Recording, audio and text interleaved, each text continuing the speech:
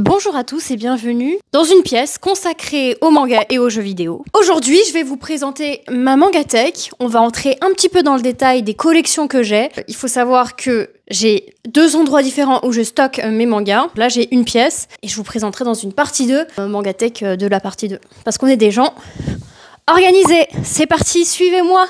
Il faut savoir qu'on s'est fourni chez Ikea des Billy. Oh, c'est de la mauvaise qualité, possiblement. Très possiblement. On a une première partie que j'ai voulu consacrer à l'univers Zelda, parce que j'aime Zelda. Petite collection, en fait, des figurines F4F. On les a à peu près... On les a toutes, je crois, pour Breath of the Wild. Donc, Breath of the Wild, c'est le jeu qu'on a préféré jouer avec my boyfriend. Donc, on s'est dit, voilà. Ici, il y a le collector de Tears of the Kingdom qu'on avait acheté pour la Switch. Il y a plein de petites choses. Des choses que j'ai achetées à la Paris Manga. Des petits objets faits par Sacha Seven Star. Si vous êtes fan de Zelda, Sacha Seven Star fait des magnifiques pins, enfin plein de trucs de l'univers, c'est trop bien. Ensuite, on a des petits Lego. Alors ça, c'est des choses qui sont non officielles. On a la figurine qui est une Nintendo Shop qu'on peut retrouver au Japon et qui a été vendue aussi à la Japan Expo. J'ai les mangas en première édition de Zelda. On a des coffres ici qui étaient tout marron et qu'on a peint un peu à l'effigie de Zelda. Et dedans, on range nos jeux vidéo, donc que ce soit pour la DS, globalement, principalement. Il y en a un petit peu de GameCube. Et là, c'est les livres un peu artwork, les gros livres Zelda qui sont magnifiques. Une petite note sur 10, s'il vous plaît. Je vais vous expliquer un peu le rangement dans ma tête que je fais. Donc ici, est-ce qu'on a un thème? Pas vraiment. Plutôt là, c'est les séries qui sont déjà finies ou les tomes 1. En fait, non, il n'y a pas de sens. Des fois, je mets beaucoup les one-shots ici, des choses que je dois compléter. Ici, on a quelques artworks. Là, on a beaucoup de tomes de chez Kana que j'aime énormément. Notamment, j'ai mis 3 séries de Kana que j'aime beaucoup. On a Corps Solitaire, qui est une série qui est toujours en cours. J'en ai pas mal parlé sur mes comptes. En fait, c'est la phase de divorce au Japon qui est un peu compliquée. Le couple, la vie de couple qui est de façon générale très compliquée. Il se passe pas grand-chose si vous aimez les aventures, bah n'achetez pas ça, mais si vous aimez un peu tout ce qui est slice of life et tout, c'est trop bien, vraiment. En plus, on est imprégné dans la culture, c'est vraiment top. Cigarette and Cherry qui est terminé de chez Kana en 11 tomes, super drôle, vraiment, je le recommande à tout le monde. Kowloon qui est toujours en cours, là on a 10 tomes. J'attends à chaque fois que le tome sort, je suis une sacrée mamie, j'ai la première édition jusqu'au tome 7, après j'ai plus, donc du coup j'ai acheté la seconde édition, ça n'a aucun sens, mais je voulais pas me séparer de la première édition. Ici, Yona, Princesse de l'Aube, j'ai le tome 1, 2, 3, 6, 7, 29 et 42. Alors attendez, non mais Chobits, je vais vous parler de Chobits. C'est l'un des premiers mangas que j'ai lu quand j'étais adolescente. Je ne suis plus adolescente, je sais pas si ça se voit. Et je l'ai vendu à l'époque, parce que je me suis dit, bon, je vais pas le relire. Et je sais pas, des fois je repense à ce manga et je me dis, mais il avait une place particulière, donc je l'ai racheté d'occasion. Et je l'ai mis là, mais je l'ai pas relu depuis. Ça se trouve, je vais le relire et je vais me dire, je me souviens pourquoi je l'ai revendu. Ici, tout là, en fait, c'est à venir, mais j'ai mis 2 auteurs, principalement, que j'aime énormément. C'est Inyo Asano et Kazuo Kamimura. J'ai cité tout ça chez Kana aussi, là, mais vous verrez que dans ma deuxième partie de Mangatech, j'ai aussi des livres d'eux qui sont ailleurs. Ne vous en faites pas, tout va bien. On a un petit Majora's Mask que j'ai énormément hésité à acheter parce qu'il m'effraie, mais que je trouve quand même stylé. Ici, nous avons les Sailor Moon. En fait, c'est l'Eternal Edition. Il faut savoir que je pense que c'est l'Eternal Edition de Sailor Moon qui m'a donné envie de racheter à Donf les mangas. C'est une édition qui est magnifique, vraiment spectaculaire. Et vu que tous les tomes sont beaux, je savais vraiment pas comment les mettre. Alors j'ai mis ça. Et puis il y a des petites figurines avec, des petits trucs un peu mignons, genre... Voilà. Alors ici, à la base, je voulais mettre tout ce qui était sport et c'est vite parti en sucette parce que du coup, bah, il y a aussi les mangas de my boyfriend. Et donc du coup, c'est vraiment pas rangé. Donc voilà, Undead Unluck, c'est lui, vraiment. On a un peu de slam dunk, de manga de boxe, manga sur l'alpinisme et tout. Mais j'aimerais bien faire une catégorie sport. Je trouve que c'est trop cool. Les mangas de sport, c'est vraiment un mindset. You know what I mean? Et je vais vous parler de mon préféré du moment. Voilà, mon Blue Lock. Non, c'est pas Blue Lock que je vais vous montrer, c'est The Alpine Climber, qui est basé sur une histoire vraie d'un alpiniste japonais et tu vois à quel point il est passionné, que l'argent il s'en fout. Il est hyper minimaliste parce que tout ce qu'il veut dans la vie c'est faire son rêve de gravir des montagnes, se challenger même s'il peut mourir à chaque fois qu'il gravit un mont, c'est trop bien. Et la série est courte, je crois qu'il y a 6 tomes, mais là il y en a que... Bon bref, ça se finit en moins de 8 tomes, ça c'est sûr et certain, on est sur la fin là. Blog, du Undead Unluck, du Hunter x Hunter, du The Bugle Call, du Black Box, Slam Dunk, très drôle. Et enfin, ici on a mis des gros volumes, qu'on a l'édition colossale qui est énorme de l'Attaque des Titans, vraiment magnifique. J'avais des petits tomes qui traînaient, donc j'ai mis ça là. Akira, si Harry Potter, enfin voyons. Ouais. En fait, je suis une grosse fan d'Harry Potter. Je sais pas si ça se voit et tout. Alors, je sais qu'il y a des gros dramas. Harry Potter, ça fait partie de moi, en fait. Et c'est pour ça que ça me fait hyper mal au cœur ce qui se passe avec J.K. Rowling, enfin, de ce qu'elle dit, parce que du coup, j'adhère pas pas ce qu'elle dit, ça c'est sûr. J'entrais dans ce débat-là. Et du coup, c'est vrai que je peux pas nier cette part d'Harry Potter qui est en moi, parce que j'ai grandi avec. My heart is... comme ça. Après, il y a beaucoup de choses, de toute façon, que je cumule depuis le temps. Donc moi, j'adore les Funko Pop Harry Potter. Je les trouve trop belles, genre vraiment.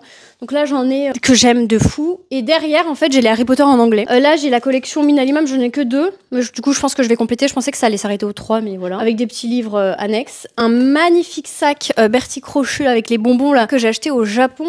Là, on a plein de petites figurines Pop Mart, pareil, qui viennent du Japon. Derrière, j'ai l'écharpe Gryffondor.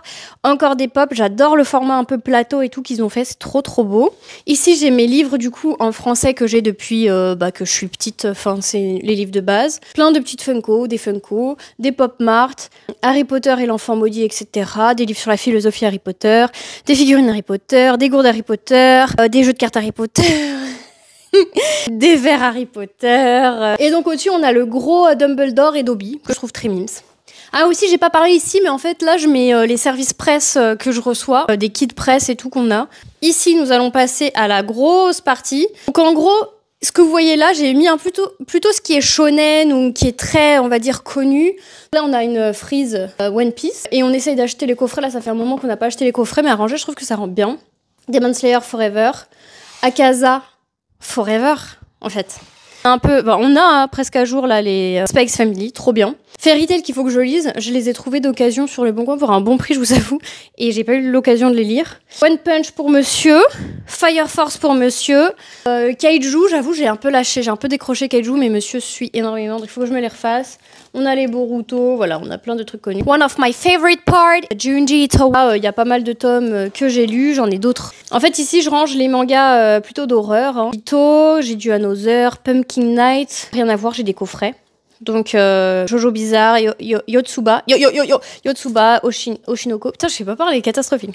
Là, j'ai l'artwork de Junji Ito. Oh, purée, les Berserk. Mes mangas préférés, Berserk. Vinland Saga, tome 21. Voilà, aléatoire. Et là, j'ai un manga que j'ai adoré, que j'ai mis là, parce que vraiment, je l'ai adoré. S-E-S-E-S. Trop bien. Franchement, ça aussi. J'en ai déjà fait une vidéo dessus, et les covers sont pas folles, mais l'histoire, elle est captivante. Genre, obsessionnelle. Quand je lisais ça, vraiment, j'étais là en mode... J'ai besoin de lire la suite. J'ai besoin. C'est fou de se dire ça. Et ça fait que 8 tomes. Donc, voilà. Par l'auteur de Mars. Ah, et ça, c'est c'est un peu drôle. C'est un petit dessin réalisé par, en fait, un auteur qui fait des super œuvres, Lee Kun-woo, qu'on a vu et qui a représenté, du coup, mon copain. Et c'est une super petite déco qu'on a mis dans la Mangatech. En haut, on a un super puzzle pour enfants en cube. Alors, je sais pas si c'est un nom particulier, mais qu'on a trouvé dans une sorte de magasin brocante au Japon. Trop beau. Un petit éventail, encore des kits presse, un DVD à Hello Kitty que mon copain m'a offert quand j'étais triste parce que mon chien était mort. Alors du coup, c'est un peu triste, mais c'était mignon quand même. Et que j'ai pas regardé parce que j'ai pas de lecteur DVD. Alors, ici j'ai mis des petites œuvres. Ah, tiens, on parlait de Lee Kun-woo. Il a écrit notamment Empreinte. Et en fait, il aborde de façon proche la Chine et son histoire et comment on y vit. Et je trouve que c'est hyper intéressant. Je le conseille, pardon. Et en plus, la patte, ça je vais vous montrer, de l'artiste est unique. Extrait comme ça. Ici, j'ai rangé des œuvres qui ne sont pas japonaises. Alors, on a notamment Horizon. Donc, c'est un auteur coréen qui... Alors, j'ai lu là tout ce qu'il a fait, qui est publié en France. J'aime énormément cet auteur. Vraiment, quand un auteur, je l'aime, genre, je l'aime. Et lui, je l'aime. Je vous conseille Horizon en 3 tomes. C'est une histoire très, très triste où il y a très peu de dialogue en plus. Mais vraiment, c'était un énorme coup de cœur d'il y a 2 ans, je crois. Cet auteur a aussi écrit Ce que j'ai à te dire. Donc, ça, pareil, c'est très profond. Vraiment, c'est très profond. Pas mal de choses. Un light novel, tiens, que j'ai, Classroom of the Elite, donc c'est connu en manga et en animé, mais à lire, il est vraiment très sympa. Dororo, donc c'est en 2 tomes là, cette édition-là, j'ai que le tome 1, parce qu'en fait, je sais pas si j'ai aimé ou détesté ce manga, il m'a énormément angoissée, en même temps, j'ai bien aimé, et donc du coup, ça fait genre 5 ans que j'ai pas acheté le tome 2 parce que je ne sais pas quoi faire, faut que je le relise et pour que je sache. Et là, j'ai mis un peu les tomes gros, entre guillemets, donc notamment Mars, coup de cœur, Barbara, édité chez Akata, qui était un très bon manga, enfin qui est toujours un très bon manga, qui est en 2 tomes, je sais pas la suite. Soloist in a Cage, pareil, c'est en 2 tomes, j'ai que le tome, non 3 tomes, pardon. J'ai que le tome 1, mais j'avais bien aimé. Il faut que je complète du coup Evangelion. Regardez, ça c'est ce que vous trouvez au Japon dans les gachapon. Attends, je vais montrer comme ça, genre. Et voilà, c'est Sakura. Et en gros, je trouvais ça drôle. Tu peux mettre tes bagues et tout dedans. Bon bref. Derrière, on a les carnets de l'apothicaire avec l'artwork. Des pop mart au milieu. Des petits tonnes comme ça, hein, Mouvement de la Terre que je recommande à 1000 milliards de 1000% en animé ou en manga. En manga, c'est 8 tomes, c'est vraiment pépite.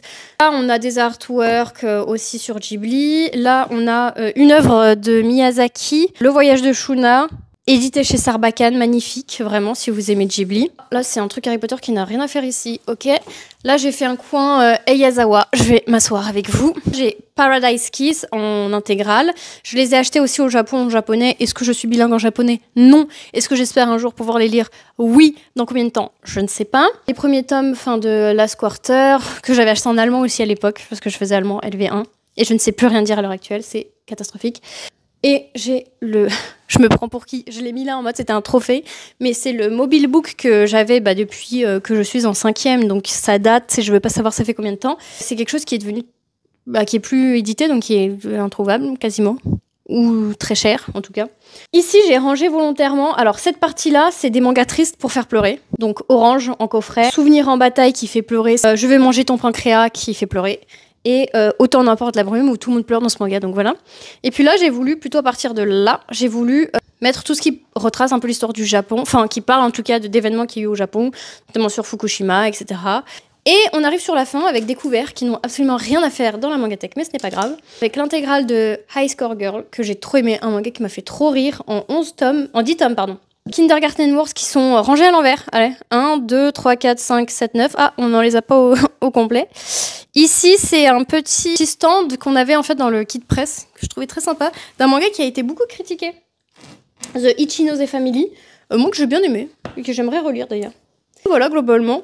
C'est pas trop mal tout ça. N'hésitez pas à me dire ce que vous en avez pensé. Il y aura bien sûr une partie 2 parce que du coup, il y a une autre partie où il y a les mangas. Est-ce qu'on monte les figurines?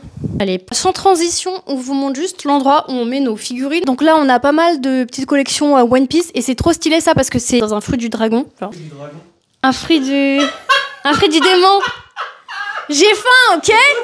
Donc des petites Funko, il y a pas mal de figurines Ichiban, donc des loteries qu'on achète au Japon et qui se coûtent vraiment 1000 fois moins cher. Du Naruto, quelque chose qu'on a Papercraft. Et là c'est trop mignon, c'est ce qu'on peut avoir dans les gachapon, des miniatures trop mimi. De Funko, puis voilà. Et ensuite, on en a encore un petit peu par ici. Donc on a fait un coin avec globalement Zoro, un coin avec Luffy, mix FMA, un peu de Dragon Ball, du MHA. Donc voilà où est-ce qu'on a tout rangé. J'espère que cette vidéo vous a plu. Si vous avez même des recommandations pour mieux ranger ou des questions à poser, n'hésitez pas. Bye!